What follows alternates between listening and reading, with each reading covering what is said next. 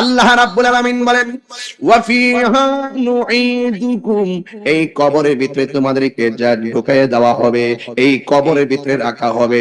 আপনারা শিকারপুরের মানুষ, জবানটা খুলে কোন কবরটা কি আসল ঘর না নকল ঘর? হায়রে যুবক, এই গ্রামের কত বাড়িতে আজরাইল আসলো, আজরাইলটা কত বড় জানেননি? আরে 7 সমুদ্র 13 নদীর পানি যদিও আজরাইলের মাথার মধ্যে দিয়ে দেয়, 1 ফোঁটা পানিও জমিনের মধ্যে পড়বে না।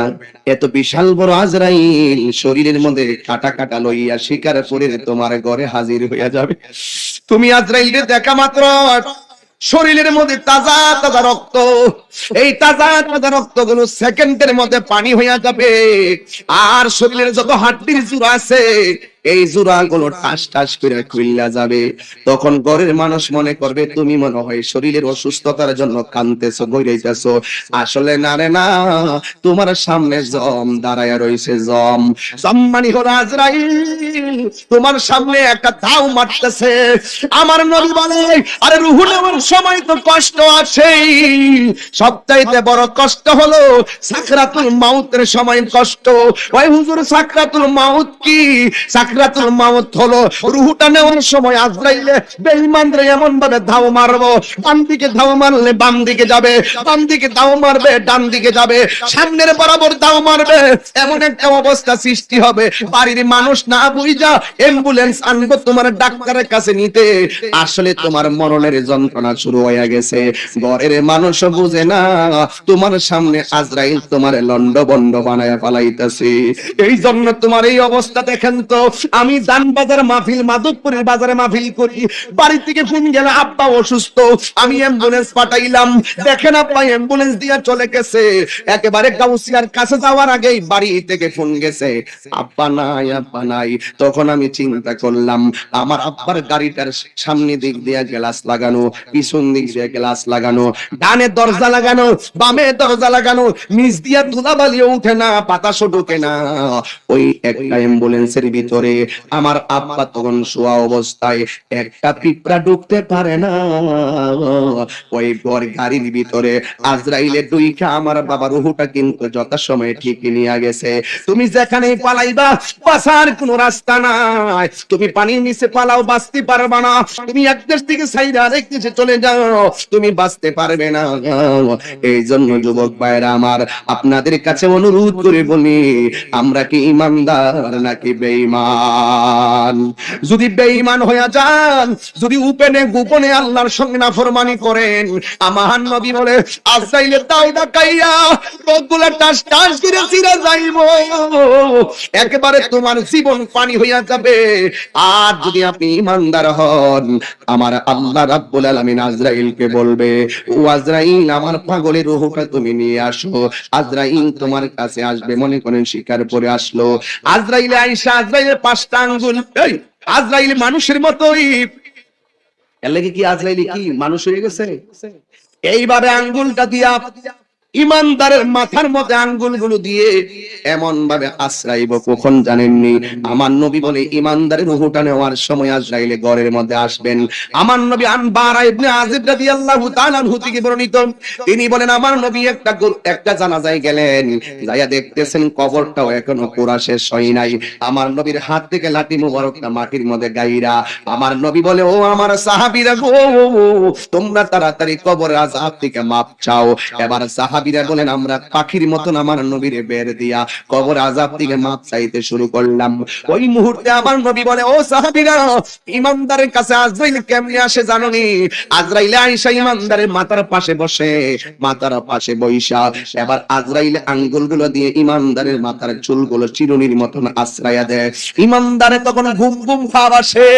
আর আজরাইল কানের কাছে মুখটা লাগাইয়া ডাক দিয়া কয় ও আল্লাহর বান্দা, আমি তোমার রূহটা এখন নিয়ে যাব। ইমানদারে কি কয় জানেন? ইমানদারে বলে কি জানেন? ইমানদারে বলে ও আজরাইল তাড়াতাড়ি রূহটা লইয়া যাও, আমি আমার আল্লাহর সঙ্গে দিদারের জন্য আমার মনটা পাগল পাগল হইয়া রইছে। আরো জোরে কোন আল্লাহু আকবার বলেন।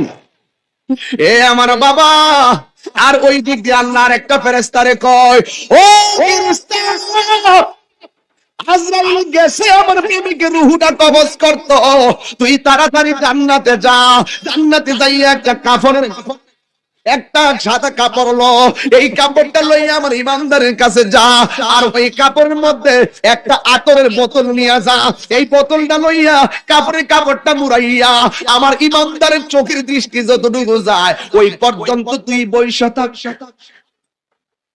আমার ইমানদারের রূহটা আজরাইলে কবজ করার সাথে সাথে আমার জান্নাতি কাফনের ভিতরে, আরে বাবা ওয়াজ কেমনে করতাম, লাল কাপড় আছে, নীল কাপড় আছে, হলুদ কাপড় আছে, বেগুনি কাপড় আছে, এতগুলো কাপড় দিয়া কাফনের কাপড় হয় না, এই সাদা কাপড়টা দিয়ে কেন কাফনের কাপড়টা লাগানো লাগে, এই কথা ওদি মৌলবীরা কয় না, শুধু কয় নবী ময়রা ফুচ্চা কইলা মাটির সঙ্গে মিশা গেছে।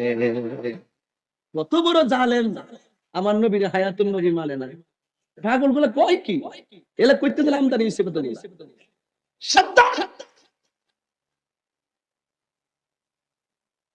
খুব সাবধান, এইগুলো কয় না। আম পাতা, জাম পাতা, বাঁশ পাতা, কত পাতা আছে, বড়ি পাতার গরম জলের পানি কেলে তোর শৈল ডাইলা দিয়া কবরে ডুবাই খবর লয় স্বস্তি। আজ থেকে 5-7 বছর আগে হাকিকতে দ্বিতীয় ওয়াজ করতাম, দেখলাম যে শরীয়তের মোল্লারা বের দালাইছে, এর লেগে এখন ছাইড়া দিছি, সুজা ওয়াজ করি। হাকিকতে ডুব দেয় না, হাকিকতে ডুব দেয় না, শুধুমাত্র পেশদারি মোল্লাগিরি শুরু করছে, পেশদারি মোল্লাগিরি। এত বছর লেখাপড়া করলাম, কিছুই পাইলাম না, আর স্কুল কলেজে পরে ফইরা এসে কোন দালালে যে কি কইয়া দিছে, এই ডেলিভারি আইসা মানে গ্রামের ভিতরে কোন নবী বলে মরানো পাগলটা কই কে কবরস্থানে গেলে কি কয়, কথা কয় না, কথা কয় না।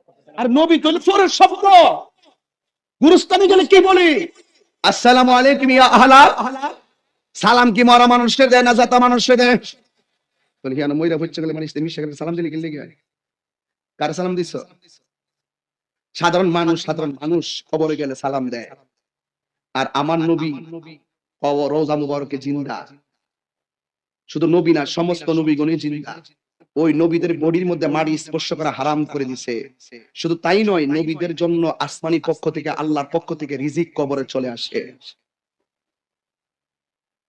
মুখে লাগাম দিয়ে কথা বলো, দালালির জোরে কথা বলে না, সহিহ হাদিস খুঁজছো না, সহিহ হাদিস আমরা বুঝি, নবীর বিরুদ্ধে এত হিংসা বিদ্বেষ করে কথা বলো, মনে রাখো এই অন্ধকার কবরে হবে না। কোথায় কথা বলতেছো সাবধান করে কথা বলো, রেস্ট্রিকশন করে কথা বলো, এই কবরের সাথে হবে আমার নবী, সুরে বাইজানের সাথে হবে ইজারের বাংলা পৌঁছতে পারে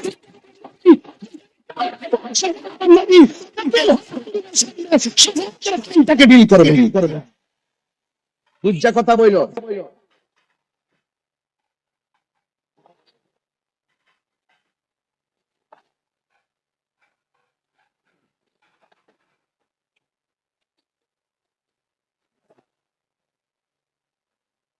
রাগ করছে না, কবর আমরা যে কবর দে, কবর দিয়া যখন আয়সা পড়ে ওই কবরবাসীর বডির যখন রুহুটা দেওয়া হয়, ওই জীবিত যারা হাইটটা আয়া পড়ে তাদের ফায়ার আওয়াজ ওই কবরে মানুষটা শুনতে পায়। যদি সহিহ হাদিস থেকে দেখাইতে না পারি, কান কাটটা তোবর জুতার নিচে লাগাইতাম স্টেপলার দিয়া, ফাইরা ফাইরা কবি তাহিরি মর, তাহিরি মর। যদি দেখাইতাম না পারি, এজন্য বলছি দালালির জোরে চললো না বন্ধু, এই দালালির জোরে চললে ঈমান কিন্তু শেষ হয়ে যাইতেছে, দলিলের জোরে চলো, এখনো সময় আছে। তাহিরি আসমান থেকে উড়ে এখানে পড়ে নাই, এত লেখাপড়া করছি কি গোড়ার ঘাস কাটছি, আমরা কি সহিহ হাদিস বুঝি না?